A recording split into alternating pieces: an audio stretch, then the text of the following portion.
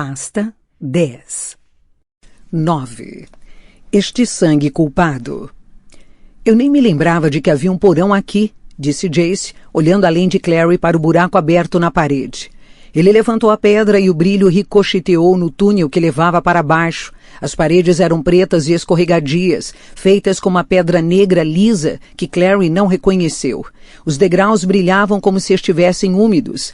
Um cheiro estranho pairava na entrada, frio, mofado, com um ligeiro toque metálico que deixava seus nervos no limite. O que você acha que pode haver lá embaixo? Não sei. Jace foi em direção às escadas, pôs o pé no degrau mais alto, testando, e em seguida deu de ombros como se tivesse tomado uma decisão. Começou a descer, movendo-se cuidadosamente. Na metade do caminho virou para trás e olhou para Clary. Você vem?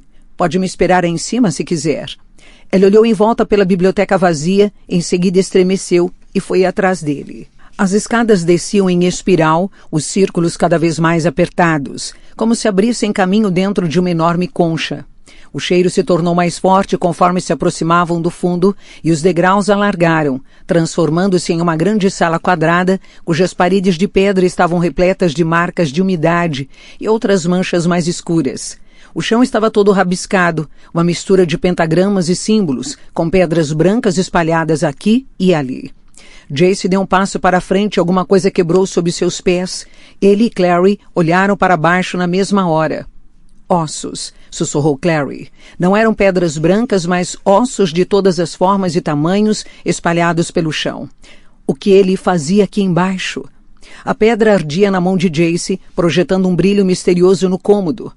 Experiências, disse Jace com um tom seco, tenso. A rainha Seeley disse... Que espécie de ossos são esses? A voz de Clary se ergueu. São ossos de animais? Não.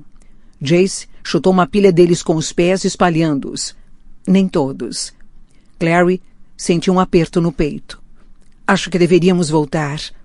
Em vez disso, Jace ergueu a pedra mágica na mão. Ela emitiu um brilho forte que em seguida ficou ainda mais intenso, iluminando um ar com um fulgor branco. Até os cantos distantes da sala entraram em foco. 3 deles estavam vazios. O quarto estava coberto por um tecido pendurado. Havia alguma coisa atrás do tecido, uma forma corcunda. Jace, sussurrou Clary. O que é aquilo? Ele não respondeu.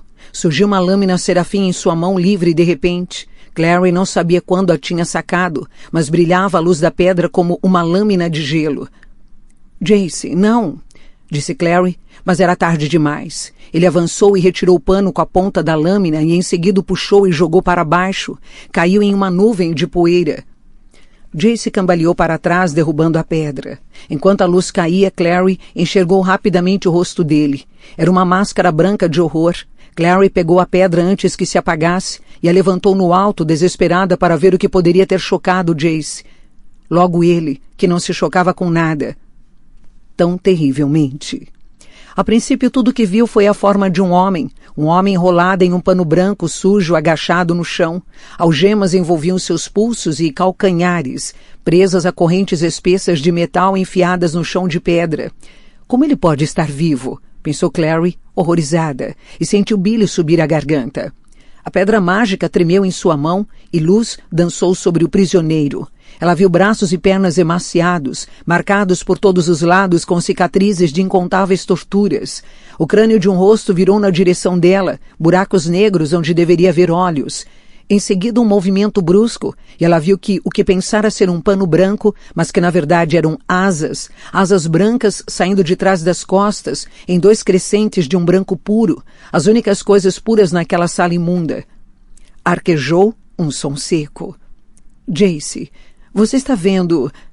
Estou, disse Jace ao lado dela, com uma voz entrecortada como vidro quebrado. Você disse que não existiam anjos, que ninguém nunca tinha visto um... Jace estava sussurrando alguma coisa para si mesmo, uma sucessão do que pareciam xingamentos desesperados. Cambaleou para a frente em direção à criatura encolhida no chão e se recolheu como se tivesse batido em uma parede invisível. Olhando para baixo, Clary viu que o anjo estava agachado dentro de um pentagrama, feito de símbolos entalhados no chão. Brilhavam com uma fraca luz fosforescente. Os símbolos, sussurrou. Não podemos passar... Mas tem que haver alguma coisa, disse Jace, com a voz quase sumindo. Alguma coisa que possamos fazer. O anjo levantou a cabeça. Clary viu com uma terrível e, de certa forma, distante pena que ele tinha cabelos dourados e ondulados como os de Jace, que brilhavam à luz. Ainda havia chumaços pelas cavidades do crânio. Seus olhos eram abismos, a face marcada com cicatrizes, como uma linda pintura destruída por vândalos. Enquanto os encarava, sua boca abriu e um som se derramou da garganta. Não eram palavras, mas uma música dourada penetrante, uma única nota musical, sustentada tão aguda e doce que o som era como dor. Uma inundação de imagens se ergueu diante dos olhos de Clary. Ela ainda estava segurando a pedra, mas a luz não estava mais lá. Ela não estava mais lá, não mais ali, mas em outro lugar, onde gravuras do passado fluíam diante dela em um sonho acordado. Fragmentos, cores, sons. Ela estava na adega, vazia e limpa, um único símbolo enorme marcado no chão de pedra. Havia um homem ao lado, segurava um livro aberto em uma mão e uma tocha branca ardente na outra. Quando levantou a cabeça, Clary viu que era Valentim, mais jovem, o rosto sem rugas e bonito, os olhos escuros, límpidos e brilhantes. Enquanto entoava, o símbolo ardeu em fogo e quando as chamas retrocederam, uma figura encolhida apareceu deitada entre cinzas, um anjo com asas espalhadas e ensanguentado, como um pássaro derrubado do céu por um tiro. A cena mudou. Valentim se encontrava perto de uma janela, ao seu lado uma mulher jovem com cabelos brilhantes. Um anel prateado familiar brilhava na mão dele, enquanto a estendia para colocar os braços ao redor dela. Com uma pontada de dor, Clary reconheceu a mãe, mas ela era jovem, suas feições suaves e vulneráveis. Vestia uma camisola branca e estava obviamente grávida. Os acordos, dizia Valentim, irritado, não foram apenas a pior ideia que a Clave já teve, mas a pior coisa que podia acontecer aos Nephilim. Que tenhamos que ser ligados aos integrantes do submundo, amarrados a estas criaturas. Valentim, disse Jocelyn com um sorriso, chega de política, por favor. Ele esticou o braço e envolveu o pescoço de Valentim com a expressão cheia de amor, assim como a dele, mas havia mais alguma coisa ali, algo que enviou calafrios pela espinha de Clary. Valentim ajoelhava-se no centro de um círculo de árvores. Havia uma lua brilhante no alto, iluminando o pentagrama preto que havia sido marcado na terra da clareira. Os galhos de árvores formavam uma rede espessa acima, onde se estendiam sobre as bordas do pentagrama. As folhas se curvavam e ficavam pretas. No centro da estrela de 5 pontas, sentava-se uma mulher com cabelos longos e brilhantes. Tinha forma esguia e adorável, o rosto escondido pela sombra, os braços nus e brancos. Sua mão esquerda estava esticada à sua frente, e quando ela abriu os dedos, Clary podia ver que havia um longo corte na palma, derramando um lento riacho de sangue em um cálice prateado apoiado na ponta do pentagrama. O sangue parecia negro ao luar, ou talvez fosse negro. A criança nascida com este sangue, dizia ela com uma voz suave e adorável, terá mais poder que os demônios maiores dos abismos entre os mundos. Será mais potente do que Asmodei, mais forte que os Sheddin das tempestades. Se treinada adequadamente, não haverá nada que não possa fazer. Mas Alerto, acrescentou, queimará a própria humanidade como o veneno queima a vida que há no sangue.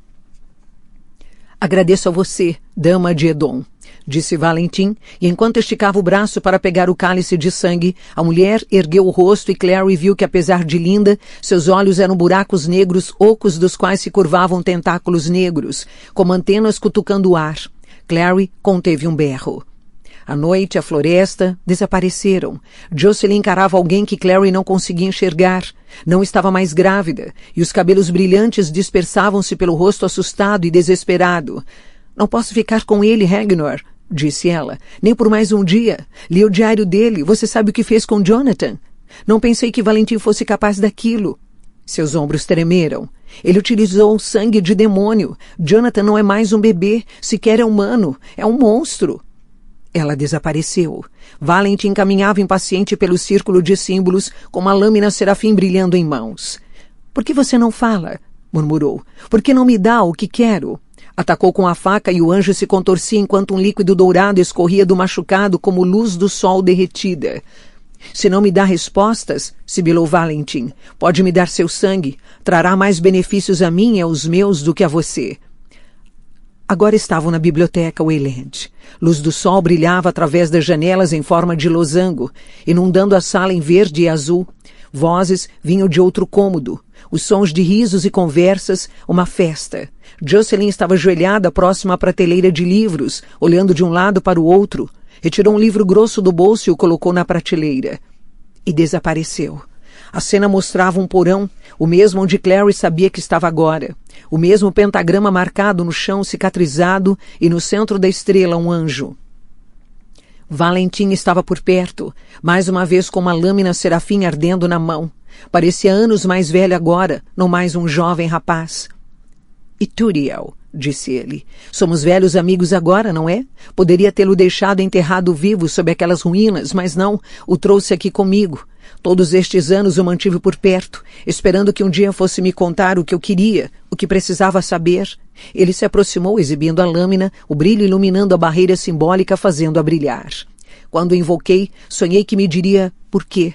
Porque Raziel nos criou, sua raça de caçadores de sombras, mas não nos deu os poderes que os integrantes do submundo têm. A velocidade dos lobos, a imortalidade do povo das fadas, a magia dos feiticeiros, até a resistência dos vampiros. Nos deixou despidos diante dos anfitriões do inferno, exceto por estas marcas pintadas na nossa pele. Porque os poderes deles são maiores que os nossos. Porque não podemos compartilhar do que eles têm. Como isso pode ser justo?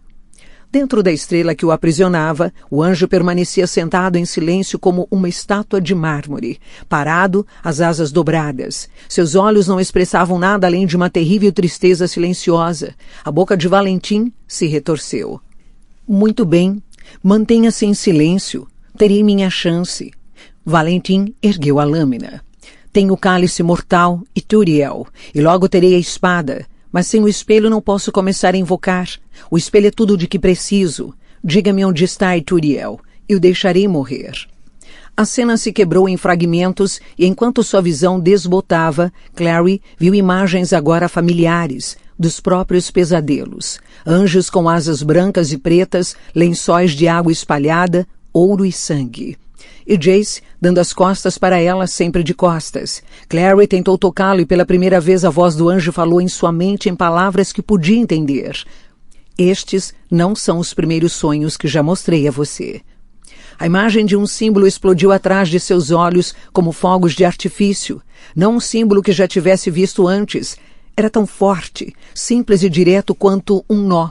Desapareceu no tempo de uma respiração e enquanto desaparecia, a cantoria do anjo cessou.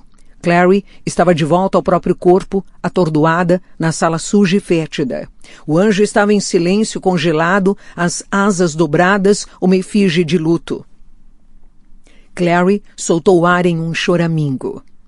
Ituriel. Ela esticou as mãos para o anjo, sabendo que não poderia ultrapassar os símbolos, o coração doendo. Há anos, o anjo estava ali, sentado em silêncio, sozinho no escuro, acorrentado e faminto, mas impedido de morrer. Jace estava ao lado dela. Clary podia ver pela expressão ferida que ele tinha visto as mesmas coisas que ela. Olhou para a lâmina serafim na mão, depois novamente para o anjo. Seu rosto cego estava voltado para eles em uma súplica silenciosa. Jace deu um passo para a frente, em seguida mais um. Estava com os olhos fixos no anjo, como se, pensou Clary, houvesse alguma comunicação silenciosa entre eles, algum discurso que ela não podia ouvir. Os olhos de Jace brilhavam como discos de ouro, a luz refletida neles. Ituriel, sussurrou. A chama em sua mão brilhou como uma tocha. A luz cegava. O anjo levantou a cabeça, como se a luz fosse visível aos seus olhos cegos. Ele esticou as mãos, as correntes que as prendiam pelos pulsos batendo como uma música áspera. Jace virou-se para ela. Clary, disse ele, os símbolos.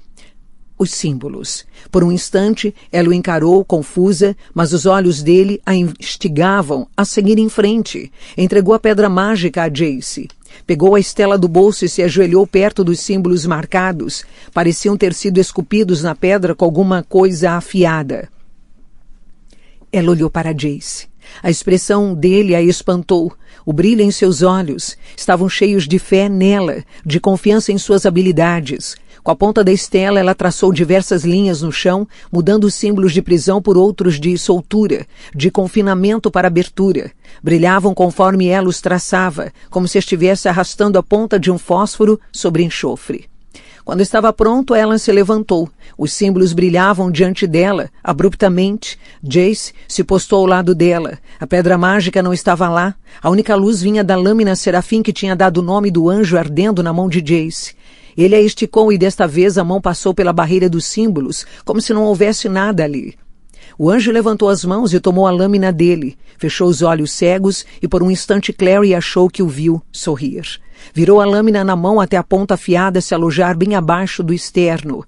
Clary arquejou de leve e foi à frente, mas Jace agarrou o braço dela com o seu forte como ferro e a puxou para trás. Exatamente quando o anjo aplicou com a lâmina o golpe final. A cabeça do anjo foi para trás, as mãos soltando do cabo, preso exatamente onde estaria o coração. Se anjos tivessem coração, Clary não sabia. Chamas explodiram do ferimento, se espalhando da lâmina. O corpo do anjo brilhava em chama branca, as correntes nos pulsos ardendo em escarlate, como ferro deixado por muito tempo no fogo. Clary pensou em pinturas medievais de santos consumidos por uma chama de êxtase sagrado, e as asas do anjo voavam largas e brancas antes de também pegarem fogo e queimarem, uma grande estrutura de fogo brilhante. Clary não podia mais assistir. Virou-se e enterrou o rosto nos ombros de Jace. Ele pôs os braços em volta dela, seu aperto firme. Tudo bem, disse ele, com os lábios grudados no cabelo dela. Está tudo bem. Mas o ar estava cheio de fumaça e o chão parecia tremer sob os seus pés. Só quando Jace tropeçou que ela percebeu que não era choque. O chão estava se movendo. Soltou Jace e cambaleou. As pedras sob os pés estavam se movendo e uma fina chuva de sujeira descia do teto. O anjo era um pilar de fumaça. Os símbolos ao redor brilhavam, dolorosamente claros. Clary os encarou, decodificando o significado. Em seguida lançou um olhar desesperado para Jace. A mansão era ligada a Ithuriel. Se o anjo morre, a casa... Ela não completou a frase. Ele já a tinha pego pela mão e estava correndo para as escadas, puxando-a atrás de si. As escadas se enrolando e se curvando. Clary caiu batendo o joelho com força em um degrau, mas o aperto de Jace em seu braço não se soltou. Ela correu ignorando a dor na perna, os pulmões cheios de uma sujeira asfixiante. Chegaram ao alto da escada e irromperam na biblioteca. Atrás deles, Clary podia ouvir o ruído suave conforme o resto dos degraus sucumbia. Aqui não estava muito melhor. O cômodo estremecia, livros caindo das prateleiras. Uma estátua jazia onde tinha caído em uma pilha de cacos. Jace soltou a mão de Clary, puxou uma cadeira e antes que ela pudesse perguntar a ele o que pretendia fazer, jogou-a contra a janela de vidro. A cadeira voou através de uma cachoeira de vidro quebrado. Jace virou-se e estendeu a mão para ela. Atrás dele, além da moldura quebrada que sobrara, ela podia ver uma extensão de grama marcada pelo luar e uma linha de árvores ao longe. Pareciam muito distantes. Não posso saltar essa distância, pensou ela, e estava prestes a balançar a cabeça para Jace quando viu seus olhos arregalarem, a boca formando um aviso. Um dos bustos pesados de mármore que se amontoavam nas prateleiras mais altas tinha se soltado e estava caindo na direção dela. Ela desviou e a estátua atingiu o chão a poucos centímetros de onde Clary estivera, deixando um buraco enorme no chão. Um segundo depois, os braços de Jace estavam em volta dela e ele a estava levantando do chão. Isso a deixou surpresa demais para lutar, enquanto ele a carregava até a janela quebrada e a lançava para fora sem qualquer cerimônia. Ela atingiu um terreno elevado de grama sob a janela e desceu tropeçando pela inclinação íngreme, ganhando velocidade até parar em um montículo com força bastante para deixá-la sem fôlego. Ela se sentou sacudindo a grama do cabelo. Um segundo depois, Jace parou a seu lado, ao contrário dela, rolou imediatamente para uma posição agachada, olhando colina acima na direção da mansão. Clary virou-se para ver para onde ele estava olhando, mas ele já a tinha agarrado, empurrando-a para a depressão entre as duas colinas. Mais tarde, encontraria hematomas escuros nos braços onde ele a segurara. Agora ela apenas arquejava, em surpresa, enquanto ele a derrubava e rolava para cima dela, protegendo-a com o próprio corpo diante de um rugido que se erguia. Soava como se a terra estivesse se partindo, como um vulcão entrando em erupção. Uma explosão de poeira branca voou para o céu. Clary ouviu um ruído agudo por toda sua volta. Por um instante de espanto pensou que tivesse começado a chover. Em seguida percebeu que eram pedregulhos e vidros quebrados, os escombros da mansão despedaçada sendo derrubados ao redor como granizo mortal. Jace a pressionou com mais força contra o chão, o corpo deitado sobre o dela, seus batimentos cardíacos quase tão altos nos ouvidos de Clary quanto o som das ruínas da mansão. O rugido do colapso silenciou lentamente como fumaça se dissipando no ar. Foi substituído pelo gorjeio alto de pássaros espantados. Clary podia vê-los sobre o ombro de Jace, circulando com curiosidade contra o céu escuro. Jace, disse suavemente, acho que derrubei sua Estela em algum lugar. Ele se levantou um pouquinho, apoiando-se nos cotovelos, e olhou para ela.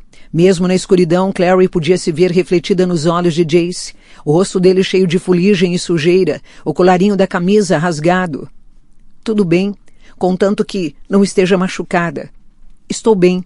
Sem pensar, levantou a mão, passando os dedos levemente pelos cabelos dele. Sentiu que ele se retesou, os olhos escurecendo. Tinha grama no seu cabelo, disse ela. Estava com a boca seca, a adrenalina pulsava pelas veias. Tudo que tinha acabado de acontecer, o anjo, a mansão estilhaçando, parecia menos real do que o que via nos olhos de Jace. Você não me devia tocar, disse ele. A mão dela congelou onde estava, na bochecha dele. Por que não? Você sabe por quê? Disse ele e desviou dela, rolando para as costas. Você viu o que eu vi, não viu? O passado, o anjo, nossos pais. Era a primeira vez, ela pensou, que ele os chamava assim, nossos pais. Ela virou para o lado querendo se aproximar dele, mas sem saber ao certo se deveria. Ele estava olhando e a esmo para o céu. Vi? Você sabe o que sou? Palavras eram um sussurro angustiado. Sou parte demônio, Clary. Parte demônio. Você também entendeu isso, não? Seus olhos a perfuravam como brocas. Você viu que Valentim estava tentando fazer?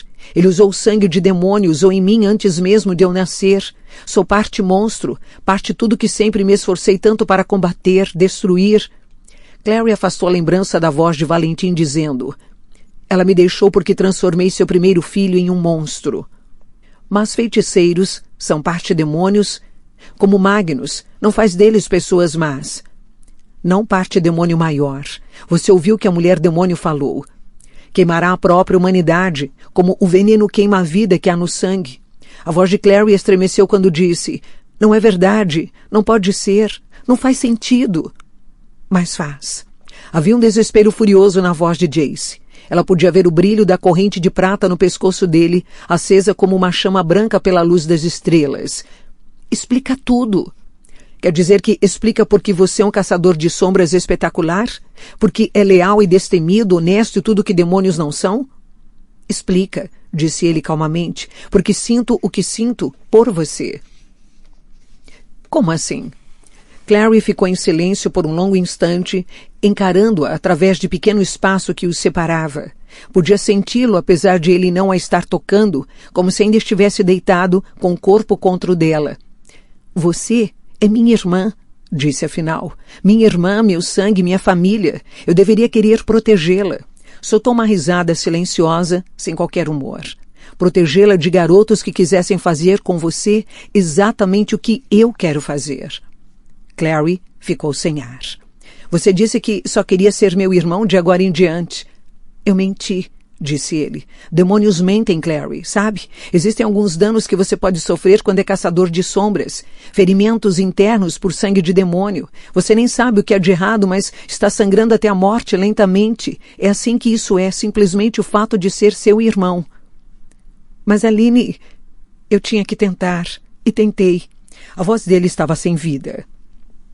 Mas Deus sabe, não quero ninguém além de você. Sequer quero querer alguém além de você.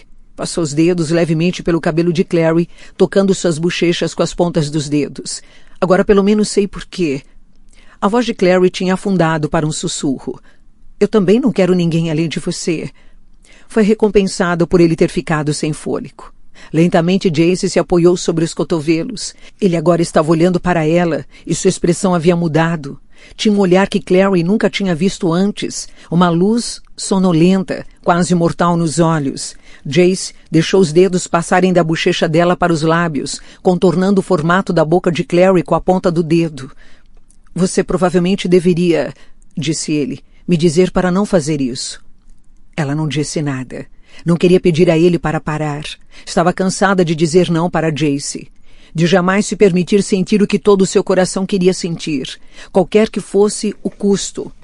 Ele se abaixou, os lábios contra a bochecha dela, tocando-a levemente, calafrios fazendo todo o corpo de Clary tremer. Se quiser que eu pare, diga agora, sussurrou ele. Quando ela continuou sem dizer nada, ele passou a boca na cavidade de sua têmpora. Ou agora, e contornou a linha da maçã do rosto. Ou agora. Seus lábios estavam contra os dela. Ou... Mas ela esticou o braço e o puxou para cima dela, e o resto das palavras se perdeu em sua boca. Ele a beijou gentilmente e cuidadosamente, mas não era a suavidade que Clary queria. Não agora, não depois de todo esse tempo. E ela fechou os punhos na blusa dele, puxando com mais força.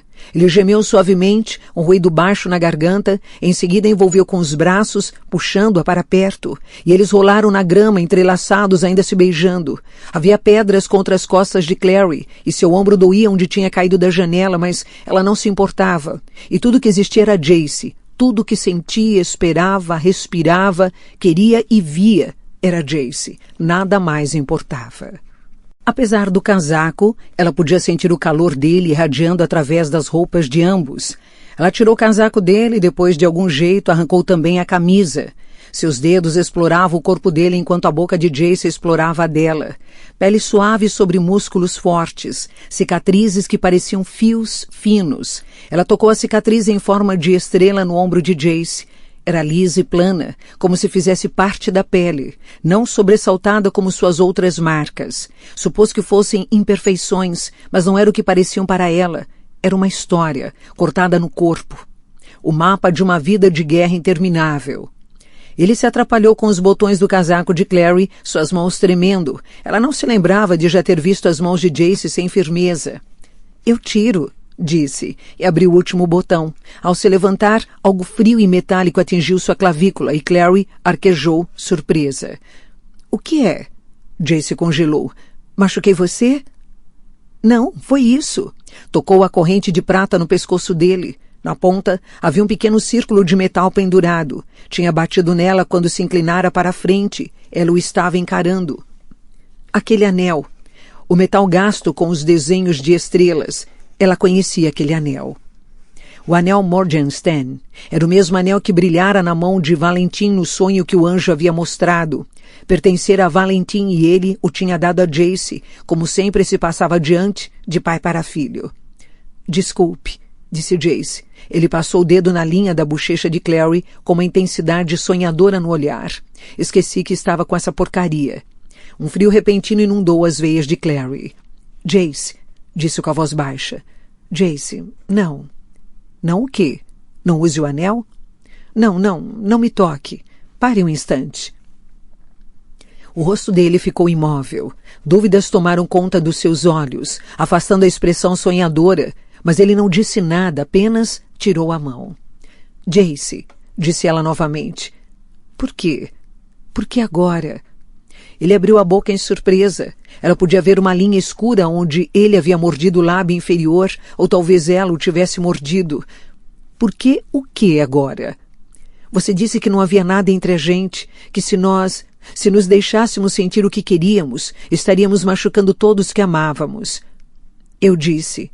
Estava mentindo. Os olhos de Jace suavizaram. Você acha que eu não quero? Não, disse ela. Não, eu não sou burra. Sei que quer. Mas quando você diz que agora finalmente entende por que se sente assim por mim, o que quis dizer? Não que ela não soubesse, pensou, mas tinha que perguntar, tinha que ouvi-lo dizer. Jace pegou os pulsos dela e puxou as mãos de Clary para o próprio rosto, entrelaçando os dedos com os dela. Lembra o que eu disse na casa dos Penhallow? Perguntou. Que você não pensa antes de agir e por isso destrói tudo que toca? Não, tinha me esquecido.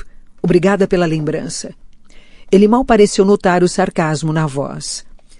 Não estava falando de você, Clary. Estava falando de mim. É assim que eu sou. Virou o rosto gentilmente e os dedos dela deslizaram por sua bochecha. Pelo menos agora sei por quê. Sei qual é o meu problema. E talvez seja por isso que preciso tanto de você. Porque se Valentim me fez um monstro, suponho que tenha feito de você uma espécie de anjo. E Lúcifer amava Deus, não amava? Pelo menos é o que diz Milton. Clary respirou fundo. Não sou um anjo. E você sequer sabe se foi para isso que Valentim usou o sangue de Ithuriel. Talvez só o quisesse para si próprio. Ele disse que o sangue era para mim e para os meus, disse Jace baixinho. Explica por que você consegue fazer o que faz, Clary. A rainha Saley disse que nós dois éramos experimentos, não só eu. Não sou um anjo, Jace, repetiu ela. Não devolvo livros de biblioteca. Faço downloads ilegais de música na internet. Minto para minha mãe. Sou completamente normal. Não para mim. Ele olhou para ela. Seu rosto pairava frente a um fundo de estrelas. Não havia nada de arrogância de sempre na expressão. Ela jamais o havia visto tão vulnerável, mas mesmo aquela vulnerabilidade estava misturada a um ódio a si próprio, profundo como um ferimento. Clary, Saia de cima de mim, disse Clary. O quê? O desejo nos olhos de Jace quebrou em 1000 pedaços como cacos de espelho do portal em Renwick, e por um instante sua expressão ficou vazia e atônita. Ela mal podia suportar olhar para ele e ainda assim dizer não. Vendo agora, mesmo que não estivesse apaixonada por ele, aquela parte que era filha da própria mãe, que amava todas as coisas belas pela beleza, aonde o quereria. Mas precisamente por ser filha de sua mãe era impossível. Você ouviu, disse ela, e deixe minhas mãos em paz. Puxou-as de volta, cerrando-as em punhos para conter a tremedeira. Ele não se moveu. Contraiu o lábio e por um instante Clary viu aquela luz predatória nos olhos dele novamente, mas agora misturada com raiva. Não imagino que queira me dizer por quê? Você acha que só me quer porque é malvado, não humano. Você só quer outro motivo pelo qual possa se odiar. Não vou permitir que me use para provar a si mesmo o quão sem valor é. Nunca disse isso. Nunca disse que a estava usando. Tudo bem? Disse ela. Diga agora que não é um monstro. Diga que não há nada de errado com você. E diga que me quereria mesmo que não tivesse sangue demoníaco. Porque eu não tenho sangue de demônio. E quero você mesmo assim. Seus olhares se encontraram. O dele cegamente furioso. Por um instante, nenhum dos dois respirou. E em seguida ele saiu de cima dela, praguejando, e se levantou. Pegando a camisa de cima da grama, começou a vesti-la ainda encarando. Deixou a camisa para fora da calça e se virou para procurar o casaco. Clary se levantou, cambaleando um pouco. O vento cortante a deixou com os braços arrepiados. As pernas pareciam feitas de cera, semi-derretida. Abotoou o casaco com dedos dormentes, combatendo o impulso de chorar. Chorar não ajudaria em nada agora. O ar continuava cheio de poeira e cinza, a grama ao redor cheia de escombros, pedaços estilhaçados de móveis, páginas de livros soprando ao vento de maneira pesarosa, farpas de madeira pintada de dourado, um pedaço de uma metade quase inteira de uma escada, misteriosamente intacto. Clary se virou para olhar para Jace. Ele estava chutando pedaços de escombros com uma satisfação selvagem. Bem, disse ele, estamos ferrados. Não era o que ela esperava. Piscou os olhos. O quê? Lembra? Perdeu minha Estela. Não tem a menor chance de você desenhar um portal agora. Pronunciou as palavras com prazer amargo, como se a situação o satisfizesse de algum jeito obscuro. Não temos outra forma de voltar. Vamos ter que andar. Já não teria sido uma caminhada agradável em circunstâncias normais. Acostumada às luzes da cidade, Clary não podia acreditar no quanto era escuro a noite em Idris. As espessas sombras negras que margeavam a estrada em cada lado pareciam se arrastar com coisas praticamente invisíveis. E mesmo com a pedra mágica de Jace, ela só podia enxergar poucos metros à frente.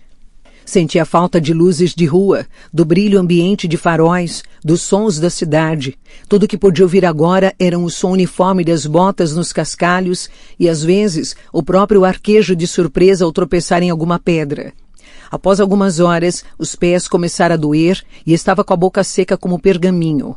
O ar tinha ficado muito frio e ela se encolheu, tremendo, com as mãos nos bolsos. Mas mesmo tudo isso teria sido suportável se Jace estivesse falando com ela. Ele não tinha dito uma palavra desde que saíram da mansão, exceto para ditar direções de forma irritada, dizendo para onde ir em uma bifurcação ou mandando que desviasse de um buraco. Mesmo então, duvidava que ele se importasse se ela caísse dentro do buraco, exceto pelo fato de que o teria atrasado. Afinal, o céu a leste começou a clarear. Clary, tropeçando e quase dormindo, levantou a cabeça em surpresa. Está cedo para amanhecer. Jace olhou para ela com leve desprezo. Ali é Alicante. O sol não sobe por pelo menos mais 3 horas. Estas são as luzes da cidade. Aliviada demais por estarem tão perto de casa para se importar com a forma como ele falara, Clary apressou o passo. Dobraram uma esquina e se encontraram caminhando por uma trilha ampla de terra à beira de uma colina. Ondulava-se pela curva do declive, desaparecendo em uma esquina ao longe. Apesar da cidade ainda não ser visível, o ar tinha se tornado resplandecente, o céu marcado por um brilho avermelhado peculiar. Devemos estar quase chegando lá, disse Clary. Tem algum atalho pela colina? Jace estava com a testa franzida. Tem alguma coisa errada, disse ele abruptamente. Saiu em disparada, meio correndo pela estrada, levantando nuvens de poeira com as botas que brilhavam em ocre à estranha luz. Clary correu para acompanhar, ignorando os protestos dos pés, cheios de bolhas. Atravessavam a curva seguinte e Jace parou subitamente, fazendo com que Clary batesse nele. Em outra situação poderia ter sido cômico. Agora não. A luz avermelhada estava mais forte agora, enviando um brilho escarlate ao céu noturno, iluminando a colina em que estavam como se fosse dia. Nuvens de fumaça se curvavam do vale abaixo como as penas abertas de um pavão negro. Erguendo-se do vapor preto estavam as torres demoníacas de Alicante, suas formas cristalinas como flechas de fogo perfurando o céu esfumaçado. Através da fumaça espessa, Clary podia ver o vermelho saltitante das chamas, espalhadas pela cidade como um punhado de joias brilhantes sobre um tecido escuro. Parecia inacreditável, mas estava lá. Estavam em uma colina alta sobre Alicante, e abaixo deles a cidade estava queimando.